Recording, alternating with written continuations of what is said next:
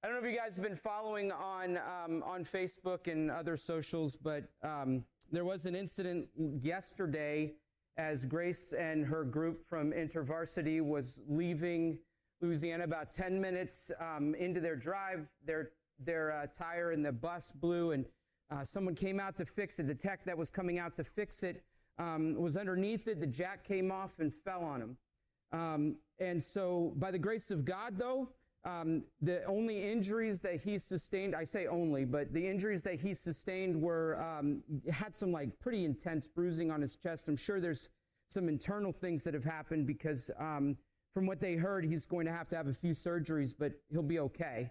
As okay as a few surgeries are. But it was a pretty just not good situation. They were actually there on the side of the road for probably 5 hours. So that was a pretty intense situation. So just in way of referencing it, Grace went down to Louisiana with a team of other believers from the college there to work on different properties that are still affected by Katrina and other storms that have hit the region. So anyway, she's on her way home. She should be home in 3 hours or so. She texted just a little bit ago. Okay. Men's breakfast, first of Saturday of every month here, 8:30. And also, if you guys are here in person, you can give at the basket at the back of the sanctuary. Those of you guys who are watching online, you can find a link to our online giving portal in the video description. You can find links to our website, our YouTube channel. Obviously, you're on our Facebook page right now. If you're listening right now, well, you could be listening later on YouTube and etc. We're in a series, all right? We're in a series titled Get Your Hopes Up. And my hope is that we can find strength and we can find courage to believe for better things. We know that we're just a few weeks out from Easter, and we know what Easter means. We know the beauty and wonder of Easter. We know how amazing it is that we celebrate. And it shouldn't be just this time of year. It shouldn't be when spring hits, or as we say here, when things start looking less dead and the mud is starting to come. But we know that this is a resurrection day. We know that this is celebration. We know that this is... You're raising your hand.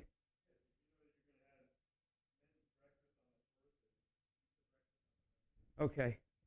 You know what? Yeah. Thank you. No. I guess maybe we'll just plan on throwing all our breakfast in that Sunday. How about that? Thank you, Dennis. That's good. I was like, why is he going like this? Like, is there something wrong? Am I missing something? That's happened before. Yeah, maybe. We call it mud season, but pretty soon things will start budding. I don't know if you guys have followed me on social media. If you can't, come find me. I've got some really cool pictures of birds. I've been taking pictures of birds lately, and we've got some feeders and stuff, and it's just beautiful. Like, things are beautiful to hear them singing and hear the weather's beginning to change. We're just seeing some beautiful things, and Easter is a time that we celebrate new life. We celebrate life coming, and we should more often than Easter. But we're in this series, Get Your Hopes Up, and we're talking about all these wonderful things that Jesus did. One minister said it this way: Jesus was the grave robber, because we know that in the miracles that he did, the greatest were he actually resurrected people from the dead, and obviously he himself resurrected from the dead, which is where we find our greatest freedom. I know that we have crosses and all of that stuff, but we know that Jesus is off the cross.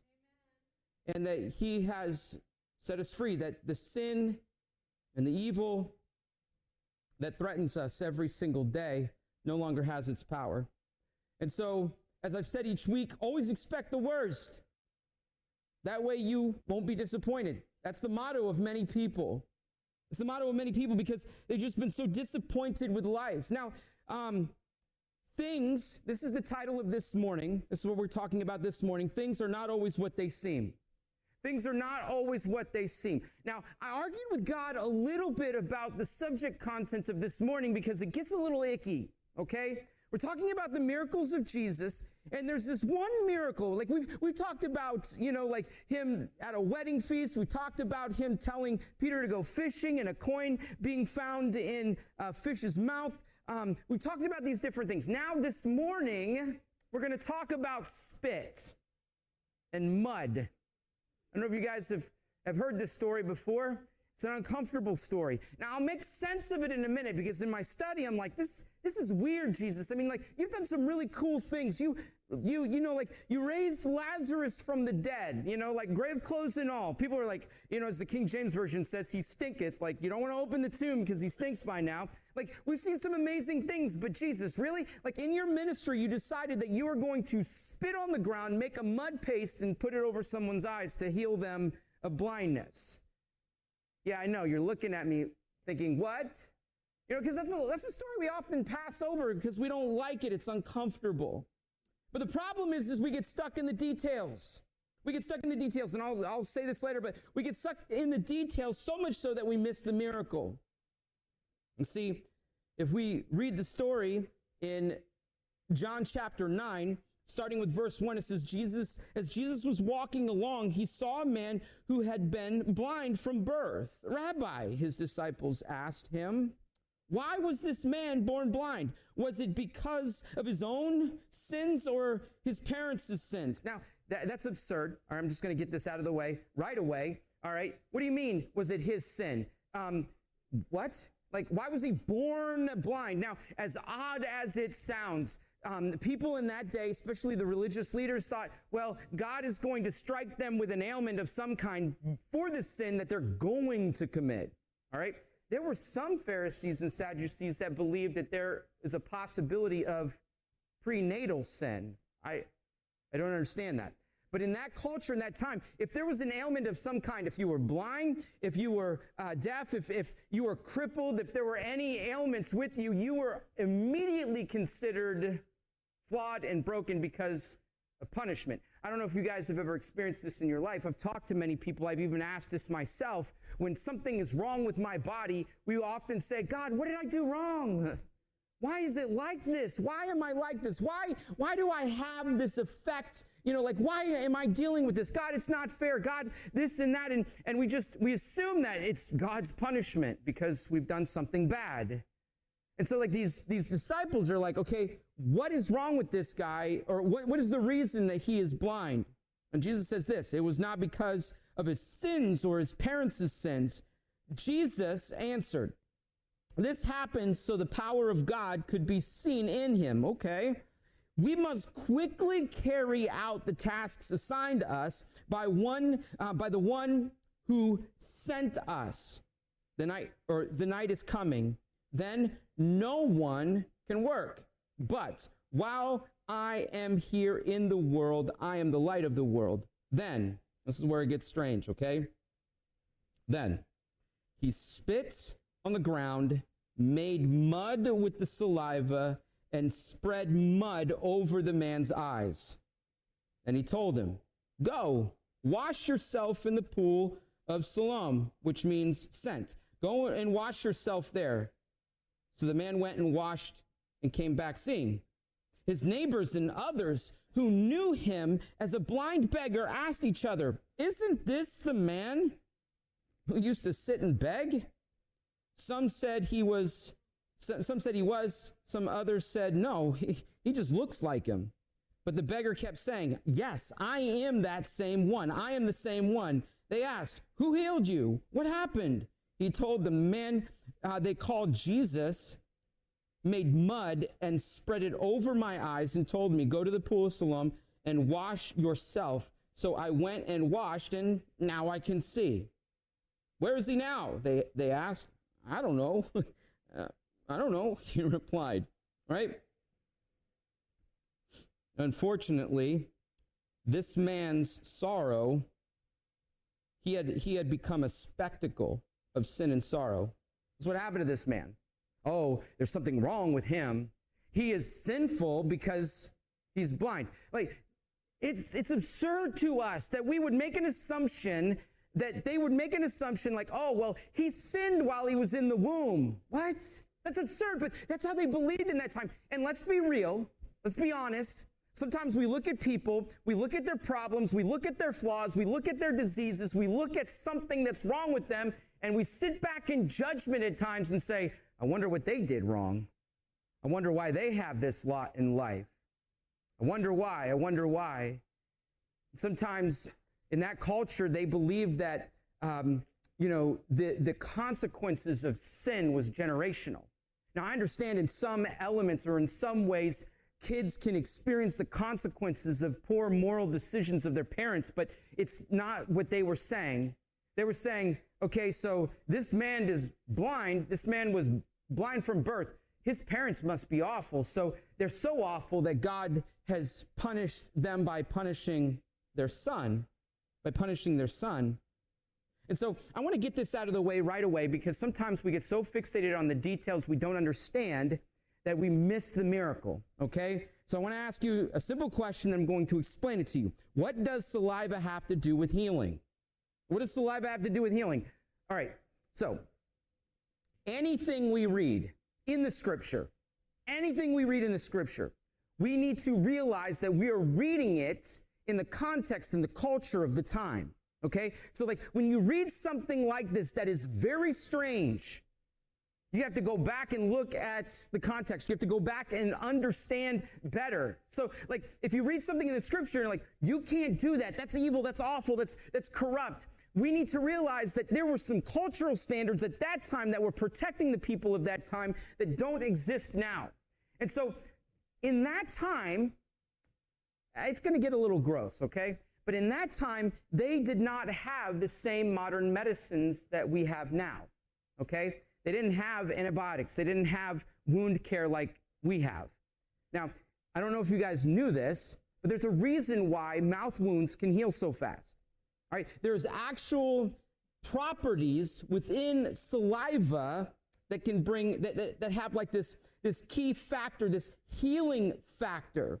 It promotes wound healing in several ways. Saliva creates a humid environment, thus improving, all right, the survival and functioning of inflammatory cells, and are crucial to wound healing. In addition, saliva contains several proteins which play a role in the different stages of wound healing. Saliva contains a substantial amount of a tissue factor, which dramatically accelerates blood clotting. Subsequently, the epidermal growth factor in saliva promotes the proliferation of epithelial cells.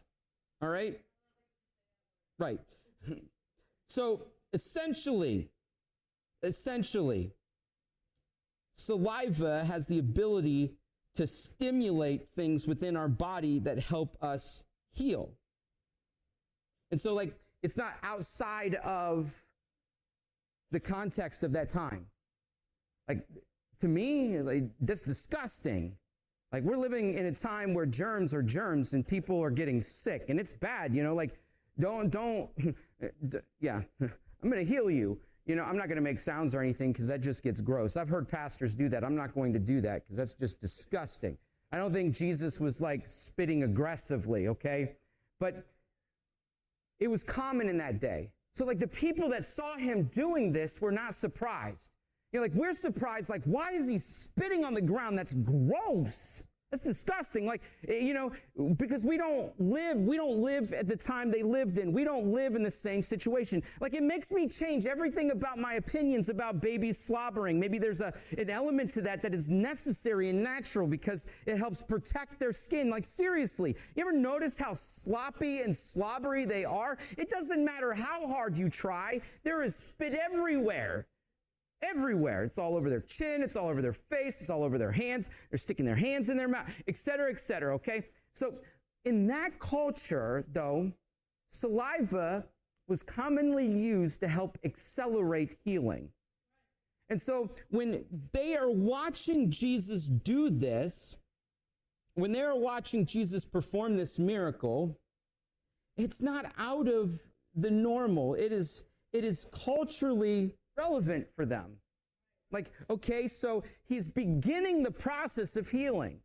Now, putting the mud is a little bit different. It's a little bit odd. Like some people have connected that to how God created humanity by, like making and shaping the dirt into a man and breathing life into it. I know that there are some things that have to do with that, but like if we get so focused on trying to understand why Jesus spit on the ground, we're not going to see the miracle that happened here. We're not going to see what God did. We're not going to see how powerful and significant the work of Jesus is. And so, number one, I want to say this: Jesus sees you. As Jesus was walking along, he saw a man who had been blind from birth. All right, so like they're walking on their way. This is so important. This is so important to us, and it's so important to understanding our faith. Jesus is walking. He's just doing his thing. He's walking. Now, there were some issues that happened in chapter 8. They were, like the Pharisees got angry. They were picking up stones to stone Jesus, and he got away. He wasn't running necessarily, but it wasn't his time, okay? So he's like moving away from this event, and so he's like on his way, and he looks over, and there's a man born blind. That means that Jesus saw this man. He noticed him. He noticed what was going on. There was this focus that happened. He was alerted. His eyes locked on him, not with pity, but with compassion. And so if I could say it like this: while the world looks at those in suffering condemningly, Jesus is looking at them compassionately. While the world looks at those in suffering condemningly, Jesus is looking at them compassionately. I know that we live in a world right now that we are caring for the sick. There are more things in place. There's medical help and supports. There are all these things. We've got medications. We've got nurses that will come and visit you in your homes. We've got all these different things at play that are helping people in need. And even with that happening, there are still some who slip through the cracks. There's still some who are marginalized. We are just beginning to fully understand what now we're calling neurodiversity, okay? Which means like we see certain people see the world differently. And I am hoping and praying that we can begin to move away from phrases and terms like disability. I'm praying for that.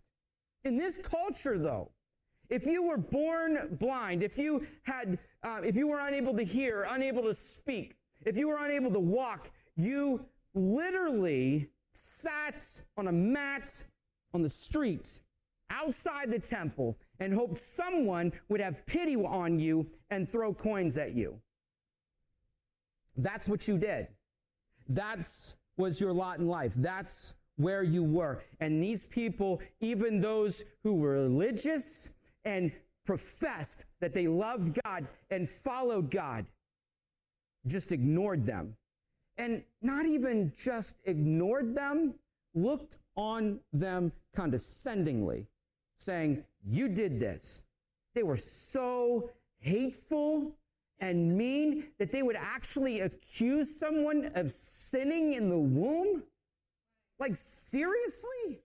That is absurd to me that they would even consider that. Now, I know that there were some things that our children have done in my wife's womb that seemed a little nutty, okay? My son was a gymnast in there, like seriously, all right? There was one time that I can't remember, it was with all the kids, but I mean, you can see my wife is kind of small. They would push, and you could actually see their toes, like make out an imprint in her stomach. It was really crazy. But one of the things that most offended me, though, just get right to this. One of the things that most offended me, though, is whenever I would get close, especially when we were cuddling at night, yes, we still cuddle every night. When I would get close, like boom, boom, boom, like just pushing. Like, what is this? Like, you're not even outside of the womb yet, and you're already shoving me away. Like, seriously? What the heck? Right? But the truth is this, okay? Getting back on point. Jesus' love and care are inexhaustible. They're inexhaustible. You see, the story of Jesus healing the blind the man blind from birth teaches us the importance of compassion and empathy. Jesus did not see the man's blindness as punishment for his sins or the sins of his parents, but rather an opportunity. And we'll get to that in just a second. This was an opportunity. This was not, you did something evil and wrong. And we need to know today that as Jesus was walking, he saw him. His attention was arrested. Jesus was going about and he looked over and he looked at him, not in pity.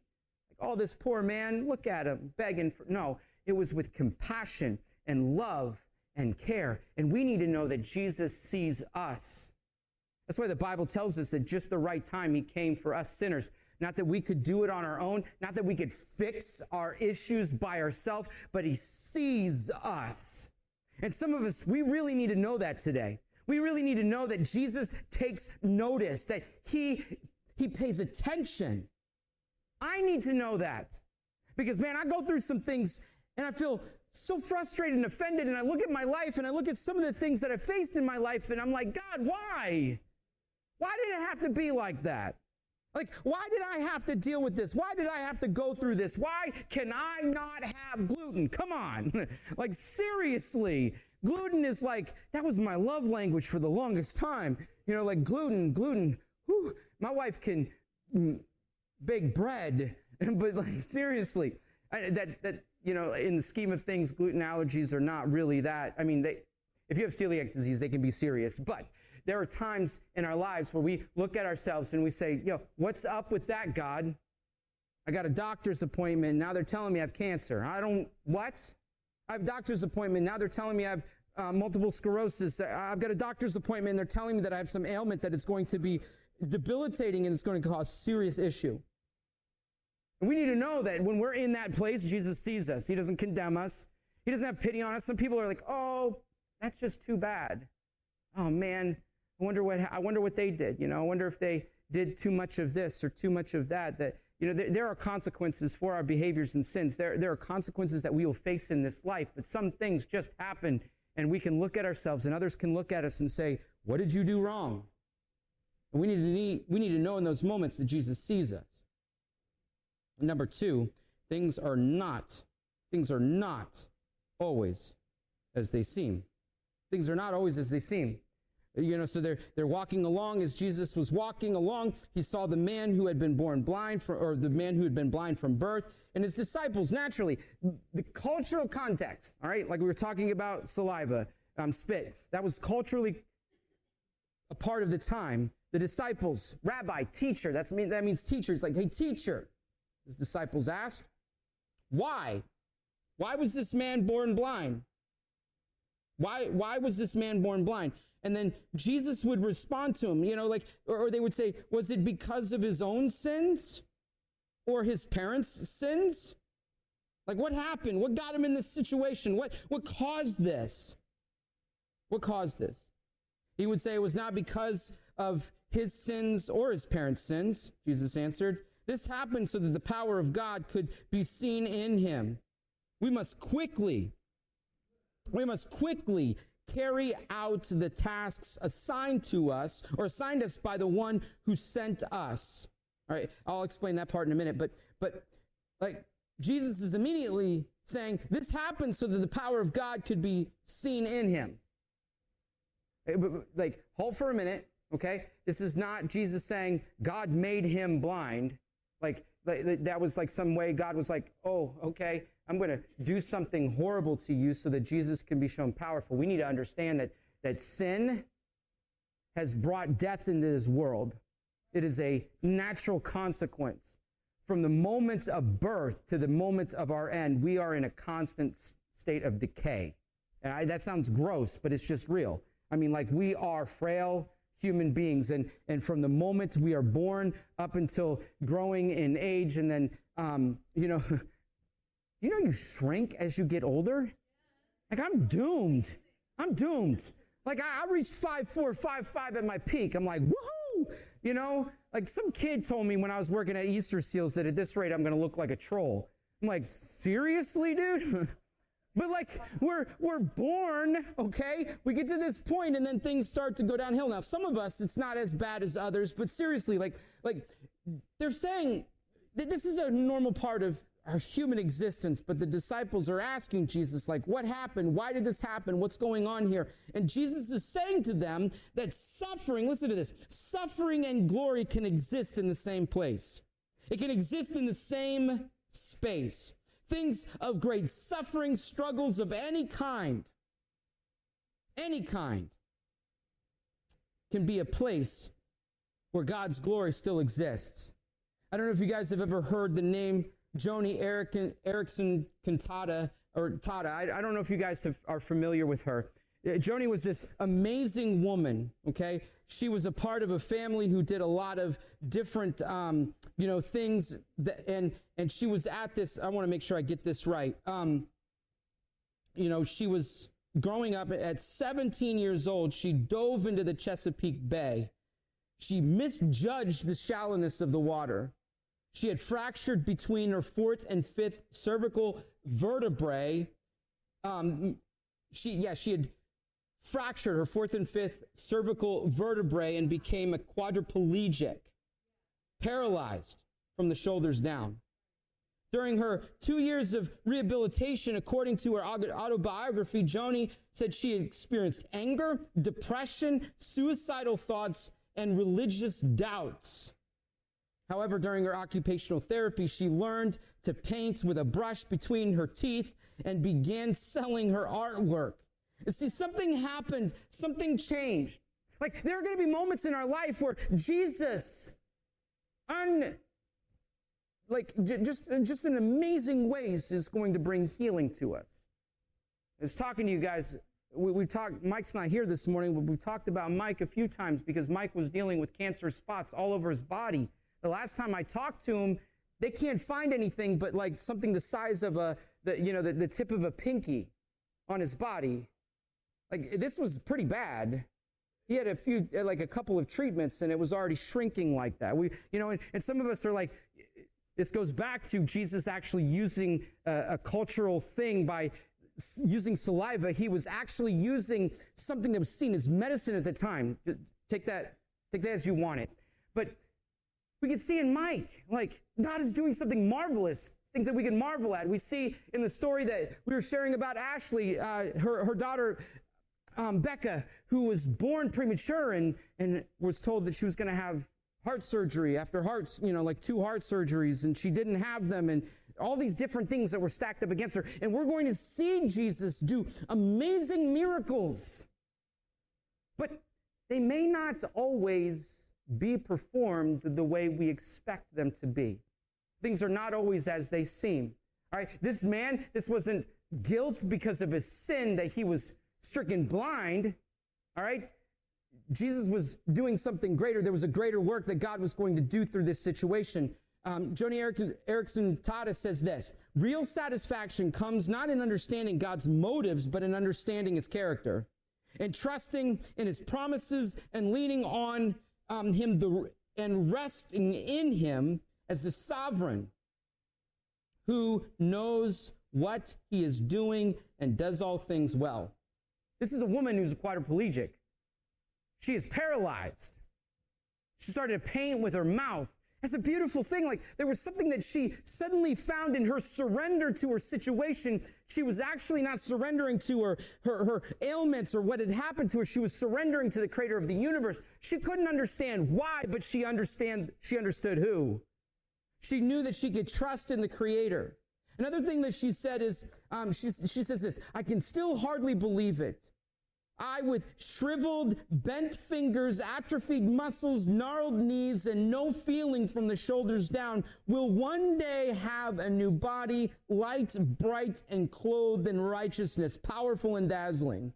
Can you imagine the hope this gives someone spinal cord, or someone who's spinal cord injured like me, or someone who has cerebral palsy, or has a brain injury or multiple sclerosis, or someone who is dealing with, as she says it, manic depressive or bipolar.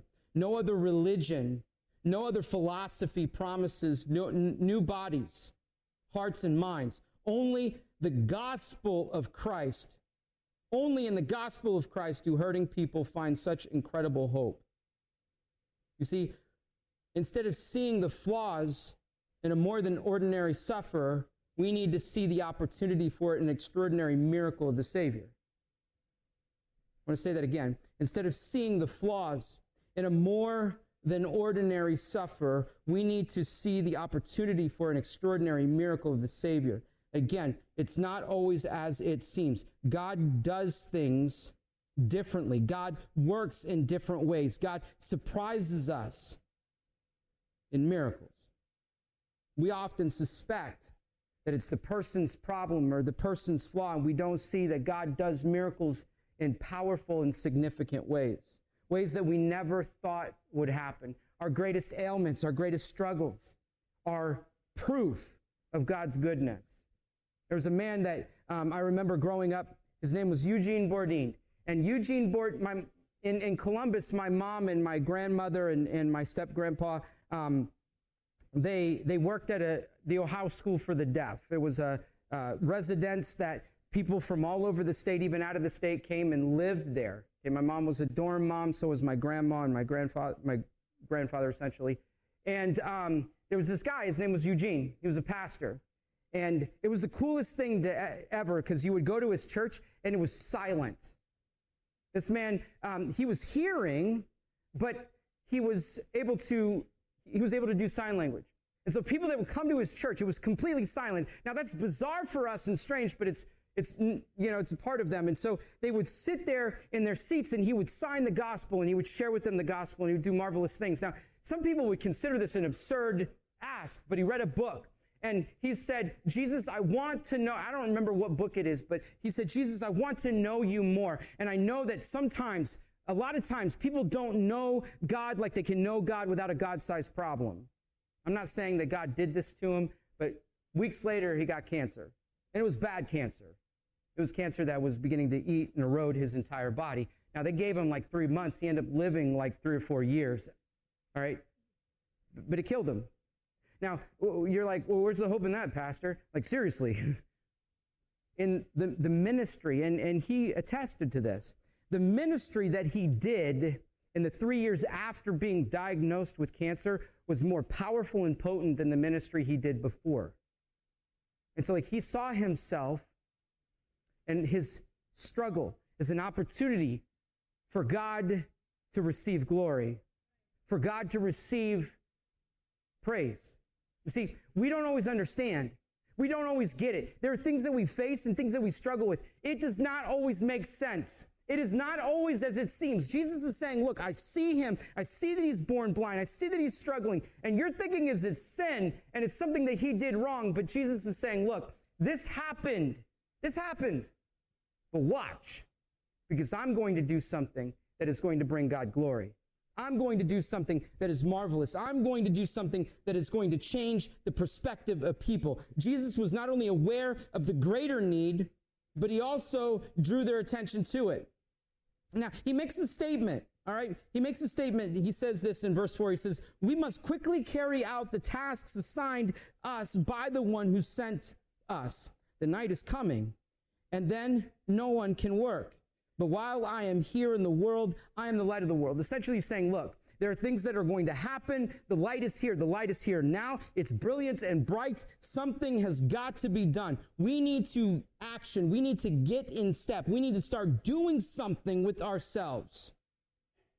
We need to start doing something with ourselves.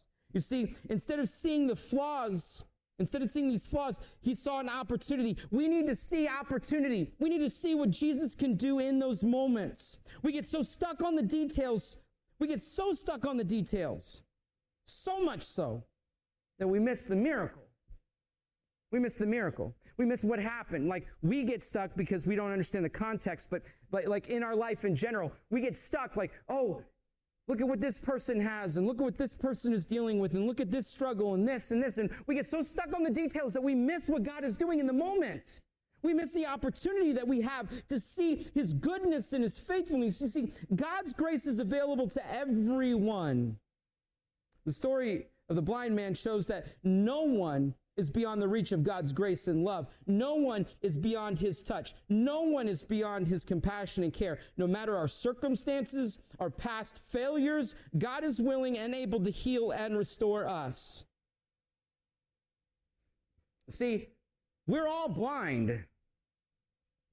You know, like seriously. The Bible says it over and over again, that the world is blind. They're blind to him, and they're blind to what he is doing and what he is accomplishing. They cannot see. There's a greater issue here, and Jesus is pointing to that greater issue.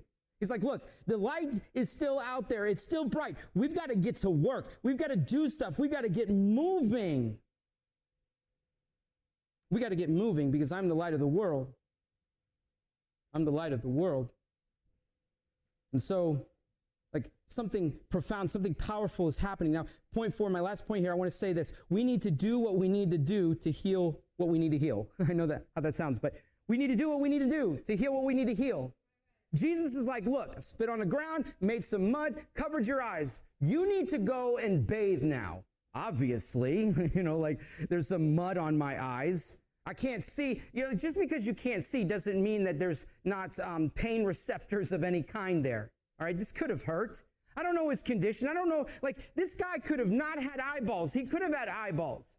But do you realize that, a pastor said it this way, there's like this synaptogenesis. Imagine for a minute that his eyes are separated from his brain, and something happened in that moment where those things began to regrow and connect with his eyeballs so that he could suddenly see again. Can you imagine wiping the mud off of your eyes? He was born blind.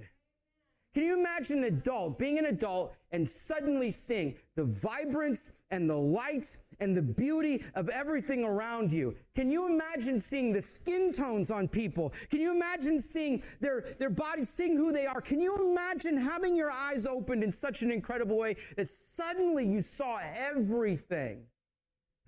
You're like walking around, they're like, you're not that guy. He's like, yeah, I'm that guy. I'm that guy. Seriously. I'm talking to you right now. I'm walking around. I'm looking at you. I am that guy because I could not see, but now I see. We need to do what we need to do to heal what we need to heal. We need to get our hopes up and believe that God can, believe that promises are available, believe that he will do miracles. But when he says to do something, you better do it.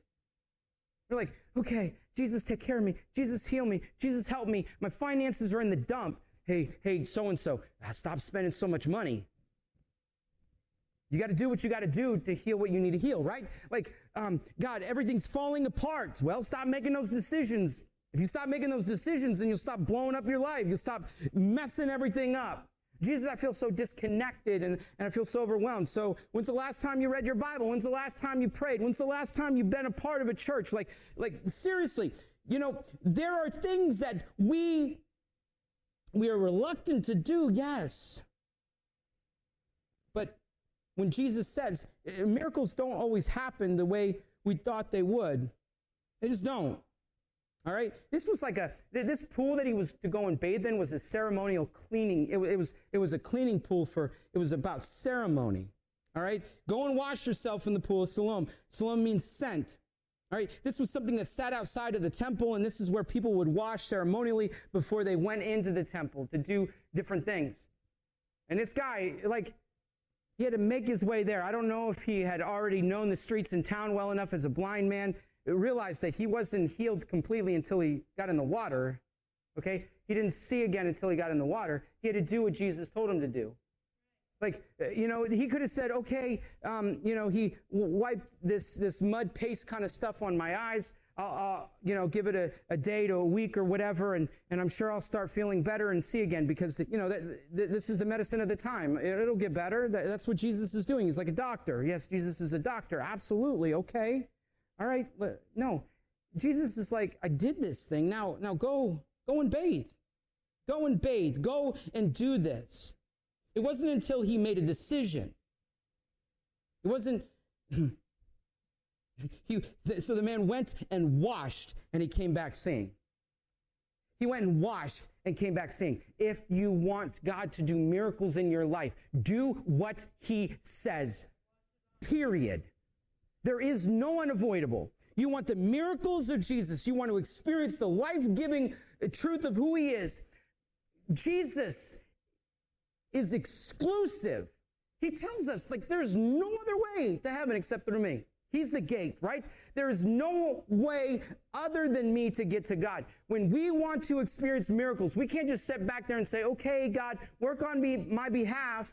No, Jesus is telling us right now, when I tell you to do something, do it. Ultimately, respond to the gospel, surrender your life to him. There's a reason why we say, make Jesus Lord. What does that mean? He's king. He's the one who's the boss. And when he's the boss, you do what he says. If you want to see these things happen, I can't say this enough. I can't reiterate this enough. Again and again and again, Jesus is breaking societal norms and telling people to do amazing things. And he says, do this. Like, this blind guy could have been like, well, you know, the society sees me as dirty and disgusting. They see me as sinful. They see me as a problem. I'm supposed to go and bathe in this place. What if they stop me or interrupt me from getting in the pool? Can you imagine that? No. Like, this guy's on the precipice of a miracle. They're like, no, you're not going to, you better not test me. I'm getting in this water. You know, we're going in together or I'm going in by myself. Let's go. Like, seriously. I want this miracle. I'm desperate for this miracle. Jesus said I would see. I'm going to believe that I'm going to see. Likely no one in his life ever gave him that promise. Instead, they looked down on him. They condemned him. They told him he was awful. They told him he was evil. They told him that he sinned. You did this to yourself. And if you didn't do it to yourself, your parents did. And so it's like, no, I'm going to get in this water. And it was there. It was in that moment. It was at that place. He didn't question Jesus. We question Jesus. That's okay. He's patient with us. All right. That's why he reiterates things. I don't know if you guys have ever been there before. Like, I don't know, Jesus. You're just like, yeah, you got to do that. You want to see that. You want to experience that. You want that to happen. You better get it right. You better do something. And sometimes he doesn't just say it. All right, sometimes you read it in the Bible and it says, hey, stupid, don't do this, because if you do this, you'll get this. But when you don't do this, you'll get this. You know what I'm saying? Like, don't do those things, because good things happen when you don't do those things. You will experience God's blessing and God's reward in your life. Sometimes it's not this like huge banner in the sky like, do this. No, just like, look, love God with all of your heart, soul, and mind. And Jesus with everything. When you seek God with everything, everything else is taken care of. That's what the Bible says. I mean, I know that's kind of whittled down a little bit. There's more, there's more to it. But seriously, like, I know I'm saying this part a lot, but if you want to get your hopes up, man, you better step out when Jesus says step out. Do what he says to do. Some of us, man, we're broken. Our bodies are broken. We're like, Jesus, heal me. And Jesus is like, hey, stop doing that. Stop eating that. Stop behaving like that. Stop acting like that. Maybe get out and walk a little bit more. Like, seriously. I mean that in respect. Or stop drinking that. Stop allowing that to come into your body. And it could be like not necessarily a bad thing, but some of us, man, we drink too much coffee. I know that I keep talking about coffee, but some of us, man, we're jittery, we're anxious, and we're like, ooh, like so overwhelmed, and we think we need medicated when we just need to cut back on the caffeine intake. You see what I'm after, right? It may not be coffee or caffeine that I'm talking about this morning, but there are other substances, other things that we go to. And Jesus is like, don't do that. And so this man goes to this pool and he comes back and people are like, it's that guy. And he's like, no, it's not that guy. And he's like, I'm that guy. You know, like, look, I'm healed. I'm fixed. He took care of me. 3 questions to ask in closing. What do you need to see today? What will you do about it? And what will you do with what you've now seen? Let me break this question down, all right? What do you need to see today? What is God saying to you right now? Some of us, God is saying, stop doing this and start doing this. Some of us, God's just saying, step out in faith and believe for something new and big and grand and beautiful and powerful. Some of us need healing. We need healing, whether that's physical or emotional or spiritual, psychological, whatever it is, we need healing today. We need God to do something today. Some of us are in a place of great struggle, and Jesus is like, look, I'm going to handle it. But walk towards the pool, or whatever the pool is. Head in the right direction. I've got this covered. I'm going to take care of you. What do you need to see today? What is God saying to you today? And what will you do about it? What will you do about it?